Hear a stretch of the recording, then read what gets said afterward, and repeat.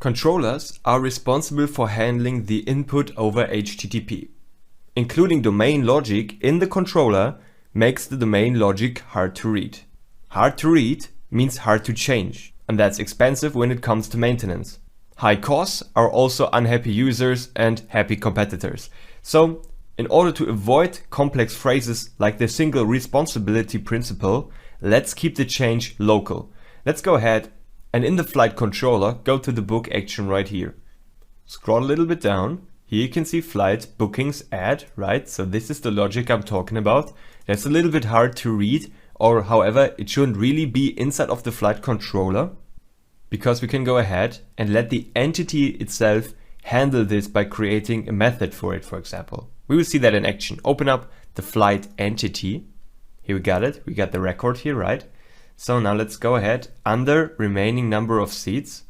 So inside of the record, we'll go ahead and create an internal void.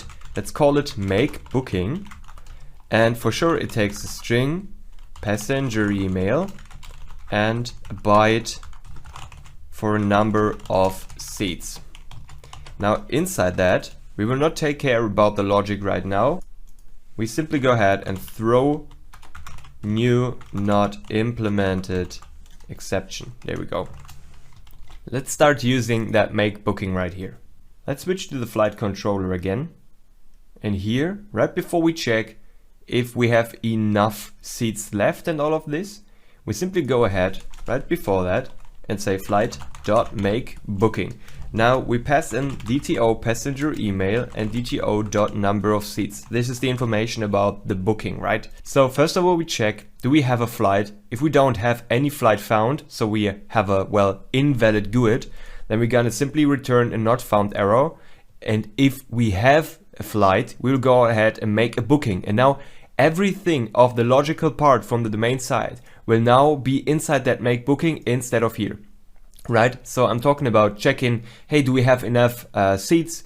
Let's add that book to a list and let's reduce the remaining number of seats. This does not have to be right inside of the controller, because controllers are mainly for simply handling HTTP requests, so we can swap over the completely logical part from the controller directly into the entity where it should really be placed. So let's cut out what we got here. And as I said, I'm talking about the check if we have enough seats, then the add of the booking to the list, and a subtraction of the remaining number of seats. So let's go ahead, right click and cut that out. So right now we only have here make booking, right? Save it, switch over to your internal void here and let's paste it in. If you don't know what internal means, internal is a keyword or it's a access modifier to actually say that this method right here can be used inside of the same assembly. Okay, so here now he's trying to reference a flight, but we are inside of a flight.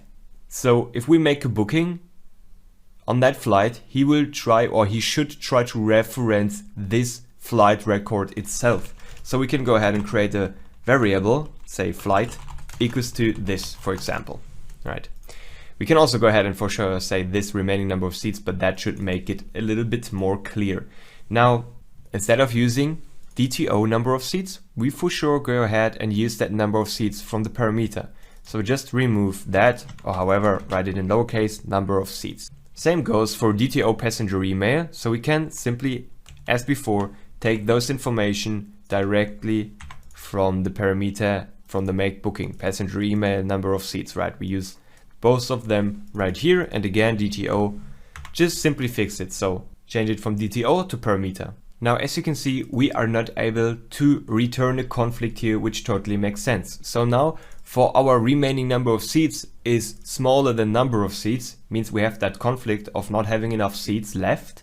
We're gonna create a completely new error just for that scenario. So inside of your domain folder, right click and add a new folder and call it errors. Inside of that error folder, add a new C# class and call it overbook error.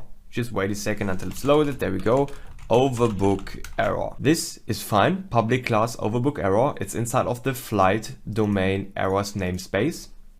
And now switch back to our flight.cs, to our make booking method right here. And instead of returning a void, we now return an object, because overbook error is a class and we will create an instance from it, which makes it an object for sure. So this is why we now return an object.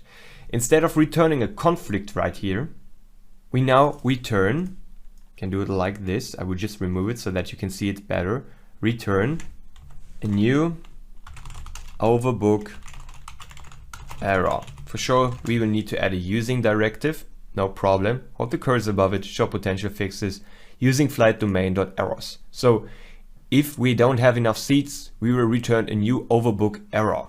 Now, in the scenario of everything works fine, we're gonna add the booking, reduce the number of seats, and then return null.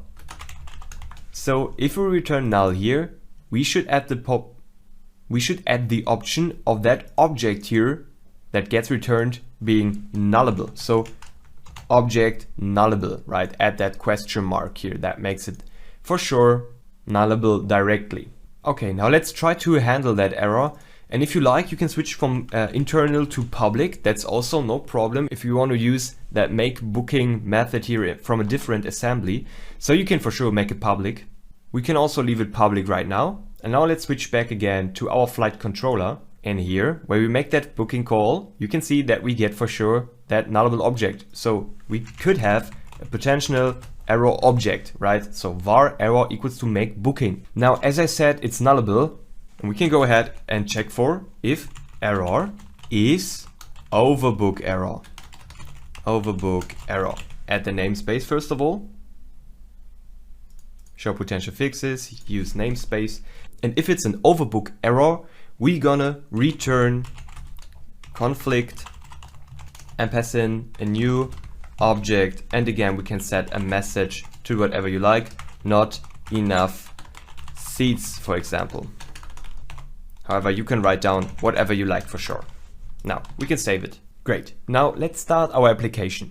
Now again, I registered as a passenger already. Let me search for a flight here, get 2 remaining seats. Let's see what happens if I enter 5 and click on book. You can see the error showing not enough seats, right? So now it's popping up as an alert.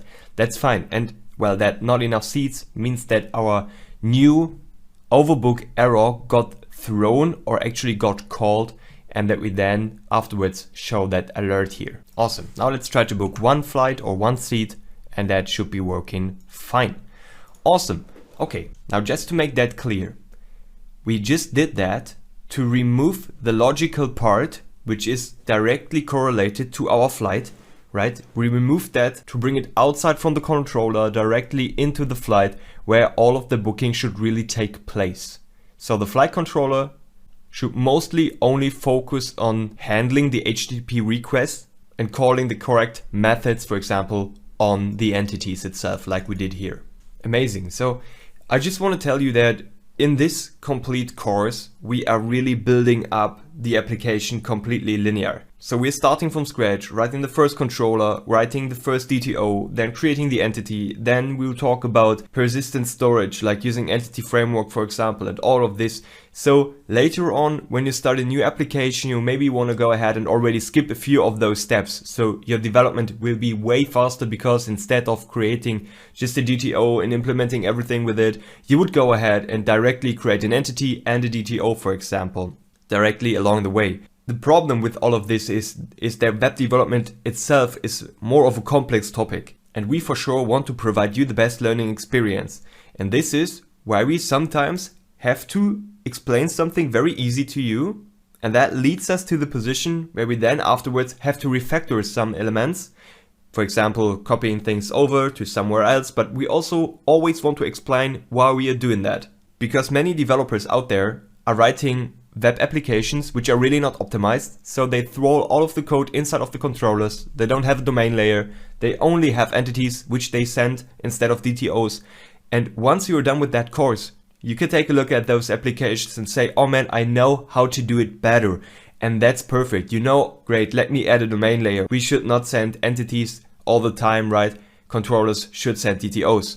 Or for example, now let's take all of that logical domain code from the flight controller, which is taking care about booking, for example. let's switch it directly to the entity and call it from the controller instead of including all of the algorithms directly inside of the controller. I know that you sometimes may think, oh, is it necessary to now copy that over, or why didn't we do that from the beginning? But we have a linear path, right? So we have decided to teach you everything step by step, come back, refactor, go to the next step, refactor later on, but always explain you why.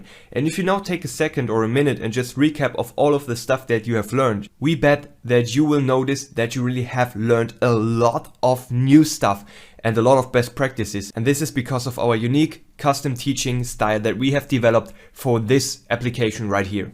Awesome. And that's it for this topic.